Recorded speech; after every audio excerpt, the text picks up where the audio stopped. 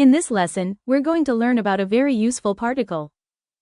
の This small word connects two nouns.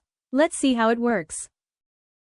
Here's the structure. Noun₁, then no, then noun₂. Noun₂ is the main idea. Noun₁ gives more detail, like whose it is, or what kind. Think of it like the English s, or the word of. Let's try it. 田中さんの電話番号 Tanaka's phone number. The main idea is phone number, and Tanaka tells us whose it is. Next. 大学の先生 A college professor. The main idea is teacher, and college tells us what kind. One more. 日本語の学生 A student of Japanese. Main idea, student. Japanese tells us what they are studying. Do you see the pattern? Here's the cool part. Noun₁ no noun₂ acts like one big noun.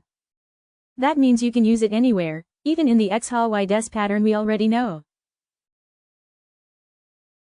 For example, 山田さんのお母さんは高校の先生です Ms. Yamada's mother is a high school teacher. We used no on both sides of wa des. One small word, so powerful. By the way, cat in Japanese is neko. Now, quick quiz. How do you say Mino's cat? Pause and try. 美濃さんの猫 Great. Now let's practice more. Alright, let's practice. I'll give you two nouns. You connect them with no. Ready? Noun₁ is Tanaka-san. Noun₂ is Okasan. How do you connect them? Pause and try.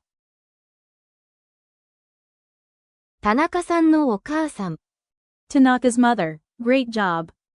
Noun₁ is Nihon. Noun₂ is Daigaku. How do you connect them? Pause and try. 日本の大学 A college in Japan. Nice work. Noun₁ is Tanaka-san. Noun₂ is sensei. How do you connect them? Give it a try. 田中さんの先生 Tanaka's teacher. You're on a roll. This time, the sentence has two no s.